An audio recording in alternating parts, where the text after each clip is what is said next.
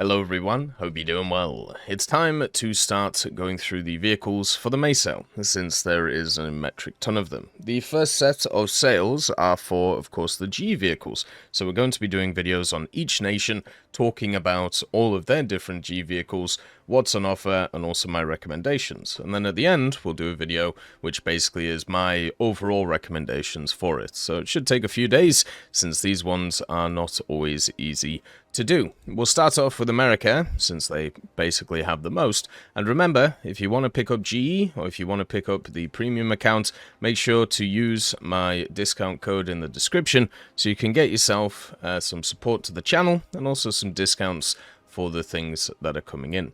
So we start off with the M2A4. This is just a standard M2A4. It's the first division, meaning that it has the old Ironsides decal on it. But yeah, this will give you a little bit of a boost to the start of the game. What I would honestly say is when it comes to these low tier things, it's probably better just picking up the starter pack when it's on sale instead of these types of vehicles. But if you really enjoy the M2A4, which is a fun vehicle by the way, you know, with its 37mm, with of course the vertical stab so you can always shoot first, and with the mobility, then fair enough, it is super cheap, but also not really worth it. Then we move on to the Grant 1. This is a chunky boy, and I would actually say with the Grant 1, I've had a really good time with it. I think I used to not enjoy it as much before because it has some quite glaring weak spots. Stuff like the 75mm where the gun is, and obviously the turret itself. The armor isn't exactly great. It's good enough to stop most shells, but after going up against a lot of other vehicles, you have these like little weak spots here which can be kind of annoying. But the mobility of the vehicle, and also the 75 donkey gun and the 37, if you can get used to using them in tandem as a primary and secondary, and also the amount of crew that's inside, it can actually work pretty well. It's also part of the 2.7 lineup. 2.7 is insanely strong. You know, the good old Stuart, the M3 Lee, and of course the M16 are all there at 2.7, and it makes a fantastic lineup, especially if you have the additional Stuarts in the game. Then you got the M4A5, the good old Ram. So this is a Canadian vehicle. It has access to the 57mm, the 6-pounder, which isn't exactly the best at the BR.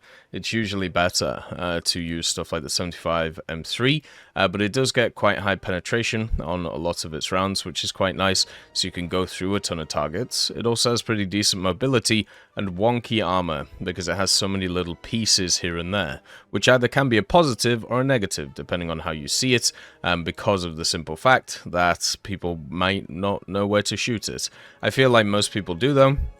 And since this thing regularly sees stuff like Panzer IVs and T-34s, it'll get kind of torn apart.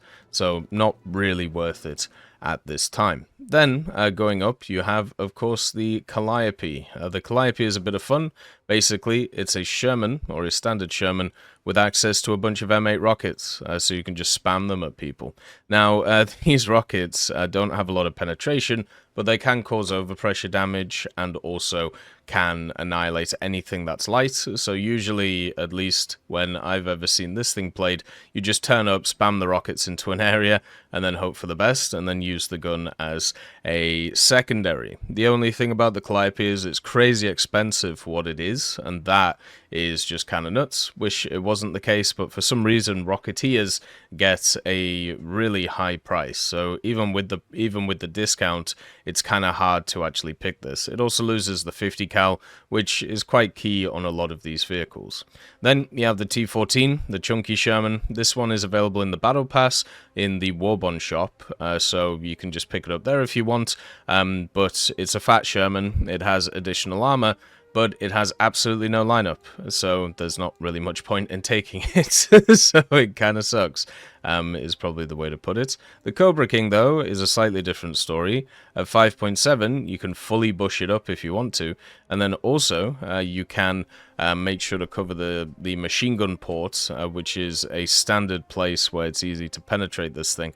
But the Cobra King has a bunch of layers of armor, so you can see here you have a 60mm plate and a 30mm plate, and then also you have a bunch of armor on the bottom and the turret as well. This is why it kept going up in BR, the good old jumbo, and in a down tier or at its BR, it can still do really well, especially since it has a high firing or fast firing 75 with access to the M61 and also the T45 shot to do with Tigers, and it can do really well, especially with the stabilizer.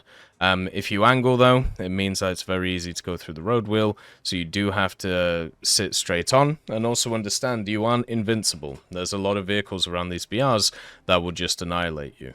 And since they actually changed a vehicle's BR recently, it might not be as worth it, which is of course the M18. It's kind of sad with the M18, they finally put it up in BR. This vehicle was incredibly powerful for the longest time, and the basic reason is because of its mobility, the 76mm cannon that it uses, and also the 50 cal to be able to go about. They also made it a light tank at rank 3, meaning that you can scout and get dailies and specials done, but now at 6.0, it's definitely not as much of a catch as it used to be, because at 5.7 you had an absolute stonking lineup, and at 6.0 you still kind of do, but it's not as good as it was. Now imagine running this with the Jumbo and the other M18 Hellcat. You have a fantastic ground lineup and followed up by Cass, but unfortunately right now that isn't the case with the Black Cat since they put it up in BR. So it still will be powerful, but not as good. Then you got the Super Hellcat. This one is just a Hellcat with the 90mm. This one is probably a better pick at the moment, because it is rank 4, so you get better research with it, and also you get the 90mm with access to the M82 shot, which is the same one you get on the Pershing. You also get an APCR if you want to use it, but the main thing with this vehicle is you can use it as a scout as well, which is super useful while going around the place. You also have a 50 cal, which is quite nice too, so you can deal with air threats even though you're open topped and will get annihilated by them. So for me, I think this one actually is in a better position now than the Hellcat, just because of the additional firepower and the fact that at 6.3 and also 6.7, America have some pretty insane lineups. Then you got the T28, this is the good old turtle.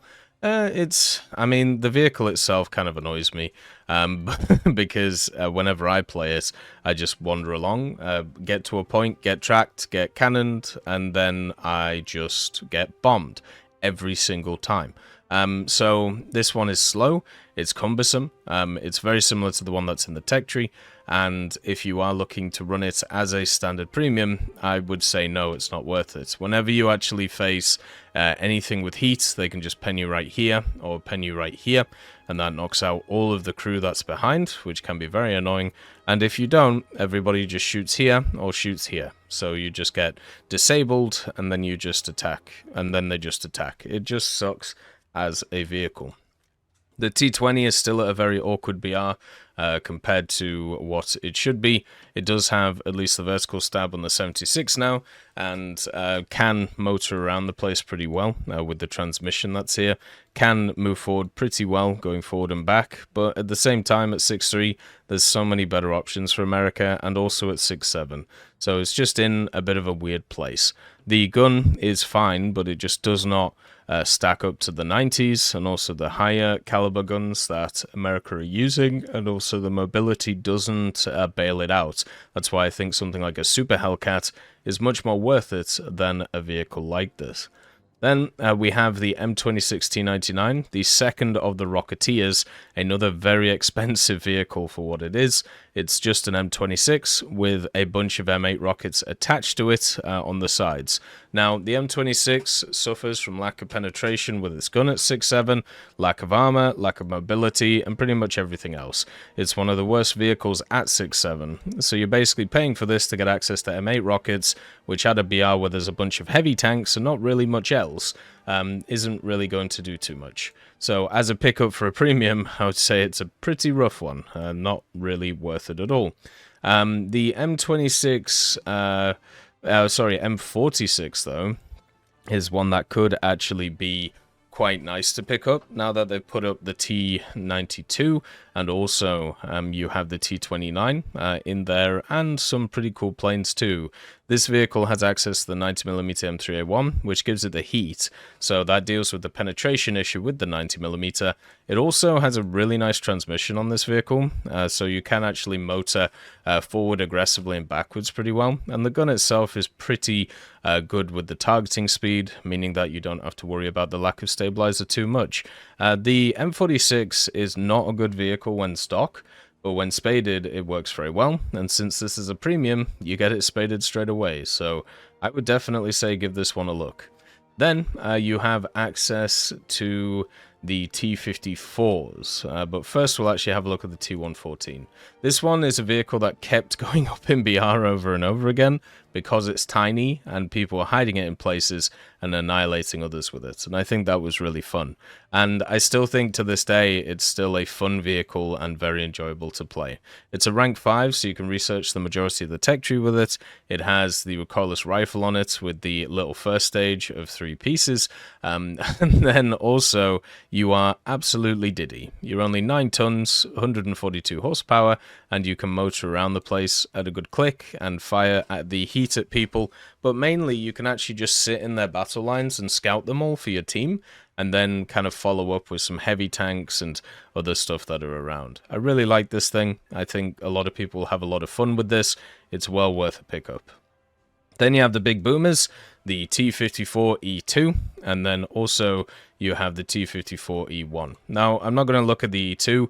The E2 is just the E1 without the autoloader, so worse reload and slightly more armor technically, but not really. So it's better just to look at the T-54E1, which is just a better pick. This is a very big gunslinger, so basically 5-second reload on the 105mm.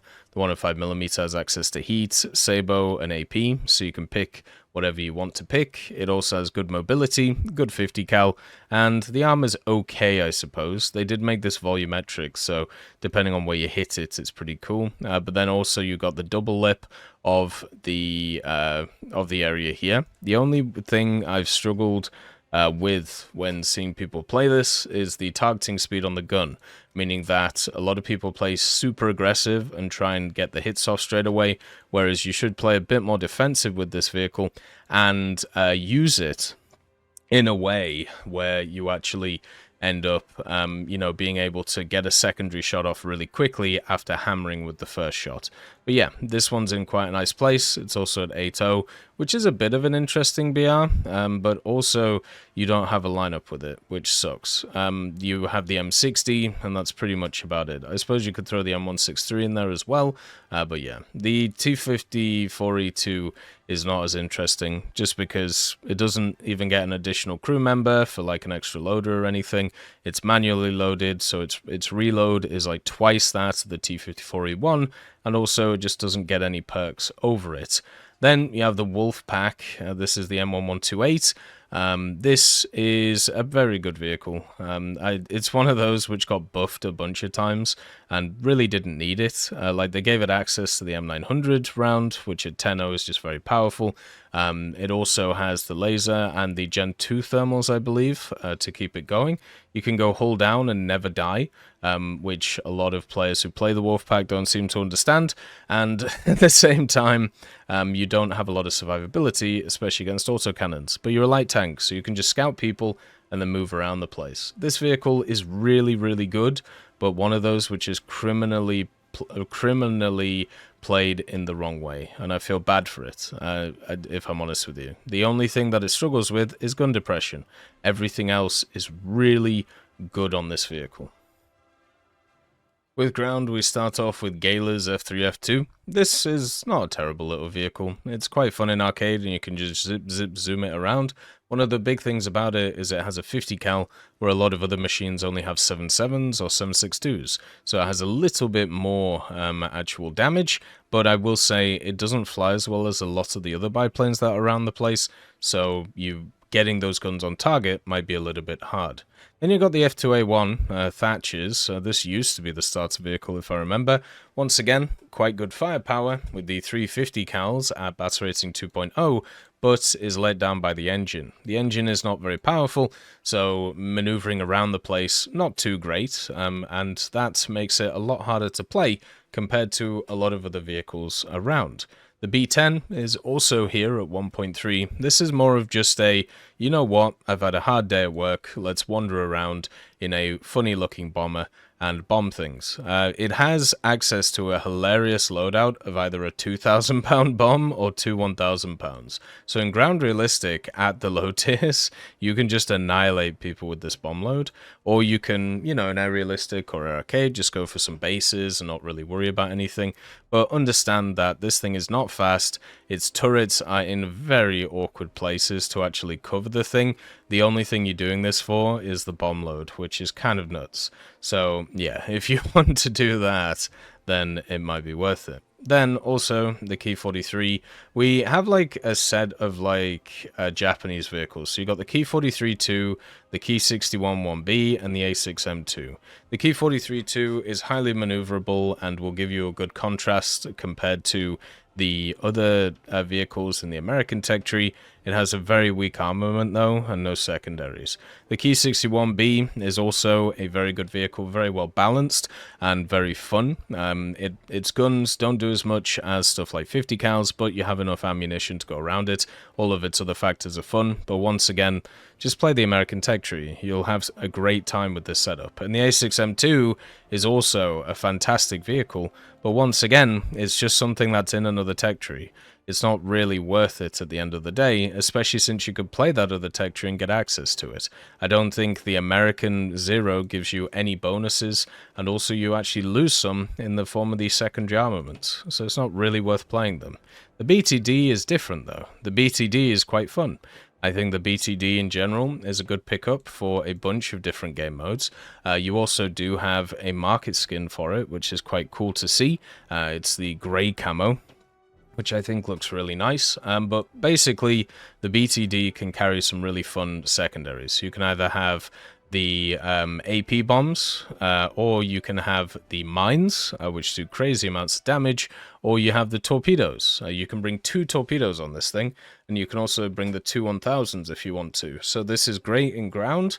This is really good in naval too, especially with these, and also being quite a low BR, you can face against early destroyers and just torpedo them to death. The other thing as well is because it's rank 3, you can use it for daily specials, battle pass stuff, and everything. So it works really nice. It also has 2 20mm, the ANM2s, which will hammer anything that you find. After letting go of your ordnance, you can use yourself as a support fighter and actually do really well with it, and I think that's pretty cool. Then you have the XP55, the good old Ascender.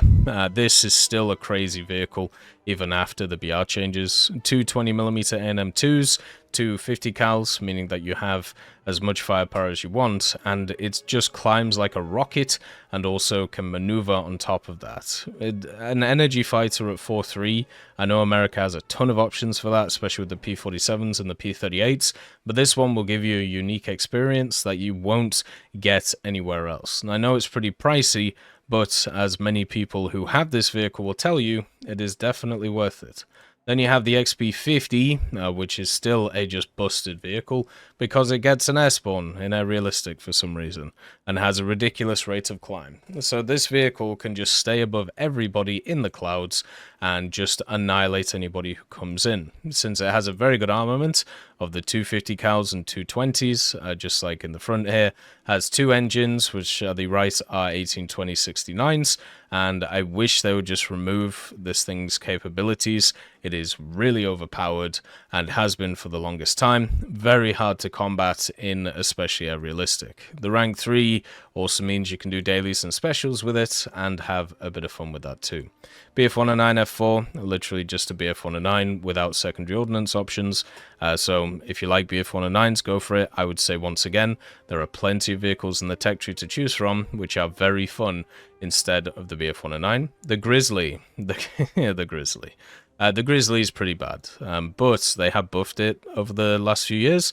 They gave it access to 4.500s, which is quite nice in ground and maybe naval, but it has access to a 75mm M10 cannon in the center, and also it has a turret with 2 sets of dual 50 cals, one on the top and one on the bottom, so you can defend yourself. The issue with this vehicle is it's a bit heavy and can't really defend itself, even with the 50 cals. You need a bit more than that nowadays. And the gun, if you're left alone, can do quite a lot of damage, but it only has 20 rounds. So you can't exactly do a ton. The engines are quite powerful, but the vehicle itself is very heavy, and that's the problem with it. So it's a cool vehicle, unique vehicle, but just not very good. The Focke-Wulf 190 A8, I don't know why you would buy this. As an interceptor, there are many better ones, which are in the American tech tree. It has a nice armament, but it has very bad kind of elevator on the back of it. Its roll rate is nice, but that's about it. Just play the American tech tree. There's so many better vehicles than this. Then you have the Spitfire LF Mark 9C, where it's a bit more of a conversation of whether, you know, this one is better than the ones in the tech tree. You have all of the camos if you want to grind them out, by the way, which is kind of cool.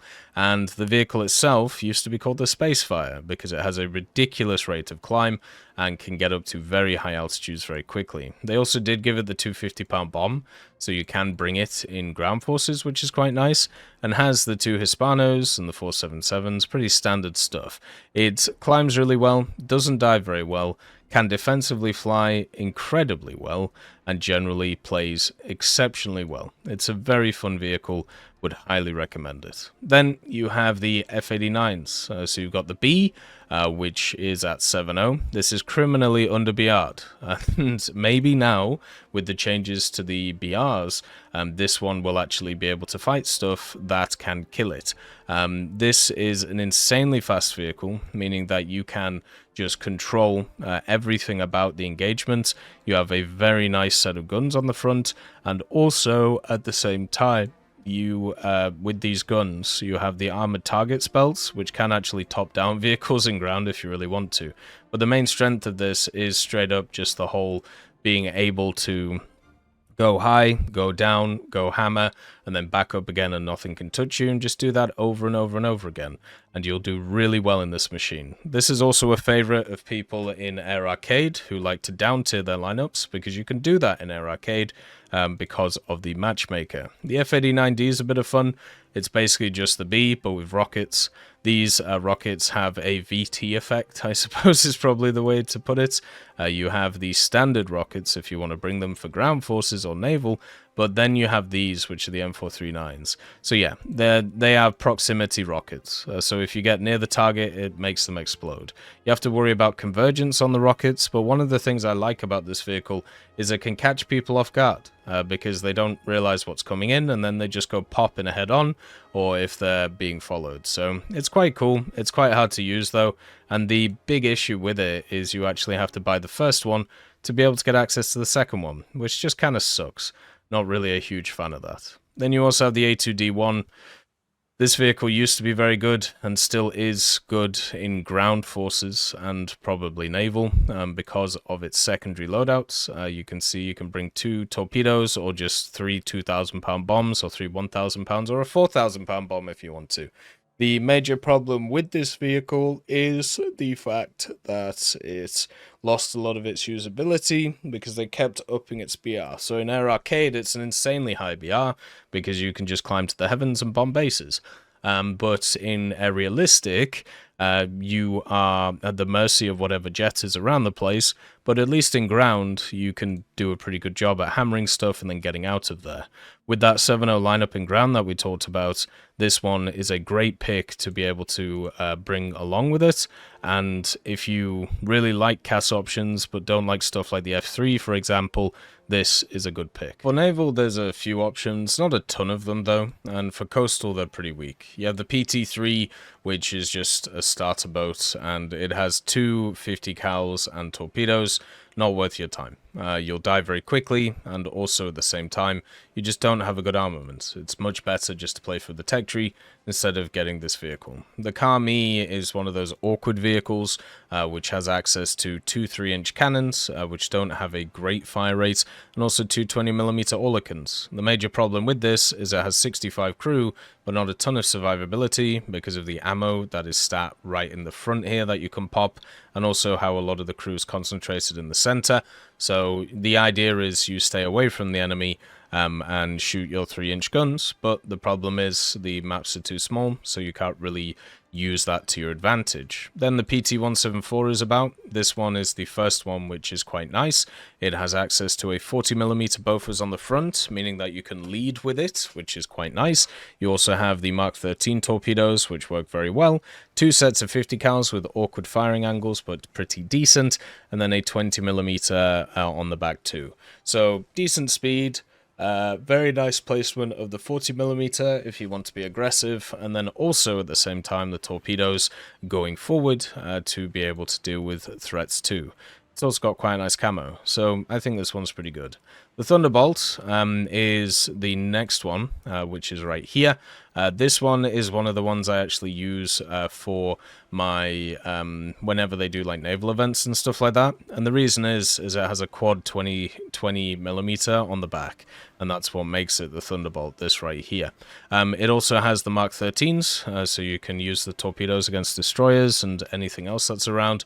Has some additional guns like the 20mm, the 37 as well, and also some 50 cals too. But the main one is this. Basically, you fire the torpedoes, you do a 180, you point your butt to the enemy, and then you attack with the 20mm and do a bunch of damage with them. And then you just rinse and repeat, and it works pretty well. And at 3.0, you have a really nice lineup with the PT-565, PT-59, the Tucumcari, and then also the new hydrofoil that's coming in for the Battle Pass, which is quite cool. Then you got the Dougie, so the Douglas is here too.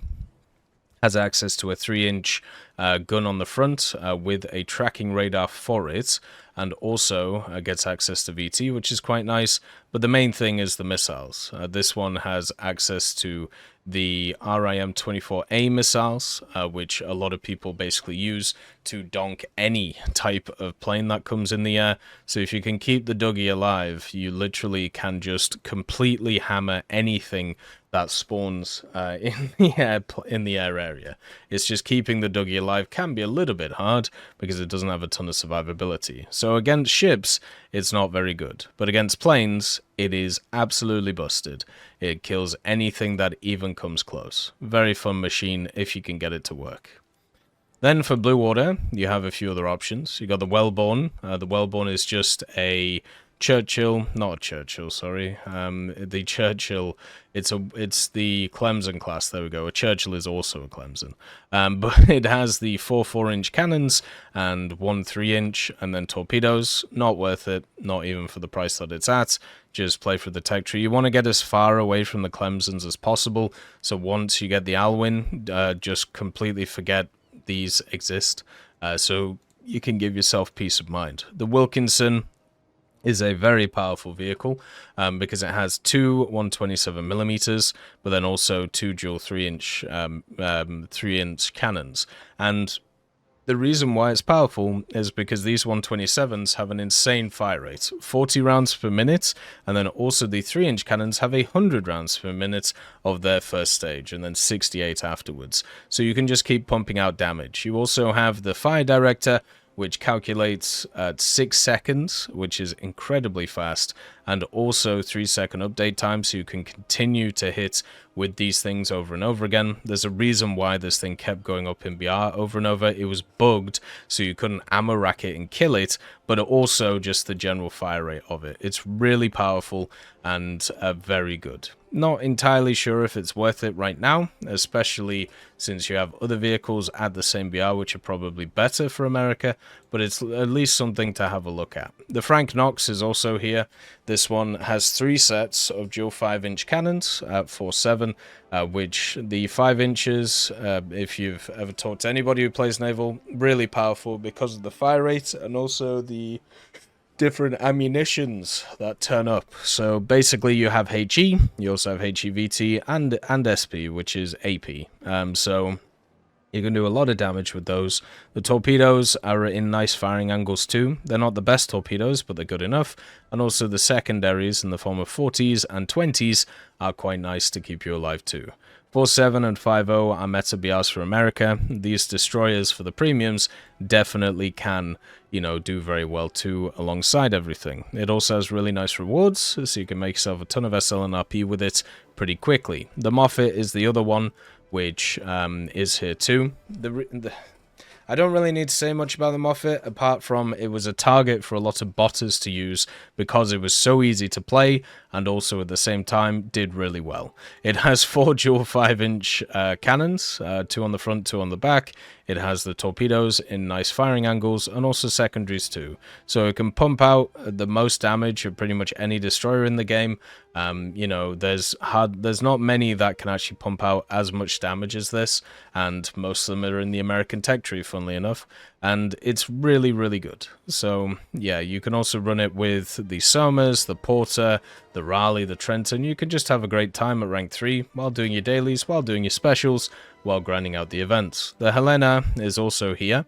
Not as strong as it used to be, because they need to do a bit of BR decompression at high tier, but it's still very powerful. You have the good old 6-inch guns, which are here, here, and here, but then also here and here. The thing about these 6-inch guns is they have an insane fire rate, meaning that you can continuously fire with them, and also you have this weird-ass base fuse shell, which you know, penetrates quite a lot for what it is, but also has a ton of damage behind it too. So you can just keep hammering people with your guns. You also have very nice secondaries in the form of 5-inch guns and a bunch of 40s and 20s too to make you, you know, survivable against aircraft. You have decent armor as well for a light cruiser, and overall you're just able to put out so much damage. And that is a key thing with a lot of these American vehicles, like the other one they just added, the Roanoke, has the same thing, which is just crazy. You can pump out so much from these general vehicles. So the Helena's in a really nice place, very high rewards on it as well, definitely well worth it. But if you want to be a bit more conservative, you can always go for the Moffat. As always, I hope you have a wonderful day. I'll see you next time. I'd just like to thank Tullio Pontecorvo, Brendan Quinn, Carrion Crow, Gus Irenicus, Pieman, Wartinder, Teddy, Daniel Stanton, Martinez, B. Young, Alan Hacker, Ozzy Panzer, Liam Shear, Opium Prime, Lafouche, Cam Arslan, Uncle Bean, and Derek R.